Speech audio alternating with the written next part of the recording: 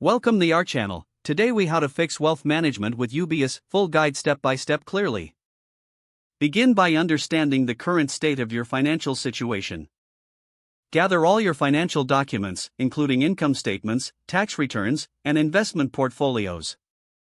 Analyze your current assets and liabilities to establish a clear picture of your net worth. Identify your financial goals, such as retirement planning, education funding, or purchasing property. Next, research the different services offered by UBS. Visit the UBS website to explore their various wealth management tools and resources. Schedule an appointment with a UBS financial advisor to discuss your specific needs. During the meeting, clearly communicate your financial goals and concerns. Ask questions to understand how UBS can tailor their services to meet your unique situation. Request a comprehensive financial plan that outlines investment strategies, savings options, and insurance needs. Review the proposed plan carefully. Discuss any adjustments you feel are necessary to align it with your vision.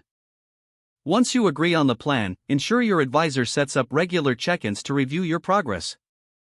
Stay engaged with your UBS advisor and provide updates on any life changes that might affect your financial plan. Utilize UBS's online tools to track your investments and make informed decisions. Revisit your financial goals periodically to ensure they remain relevant as circumstances change.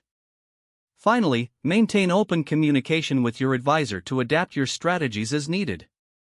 By following these steps, you can effectively fix your wealth management strategy with UBS and work towards achieving your financial goals. If the page does not load, refresh the browser or try again in a private or incognito window.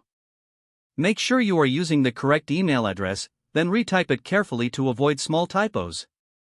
If your password is not accepted, use the reset option and create a new strong password you can remember.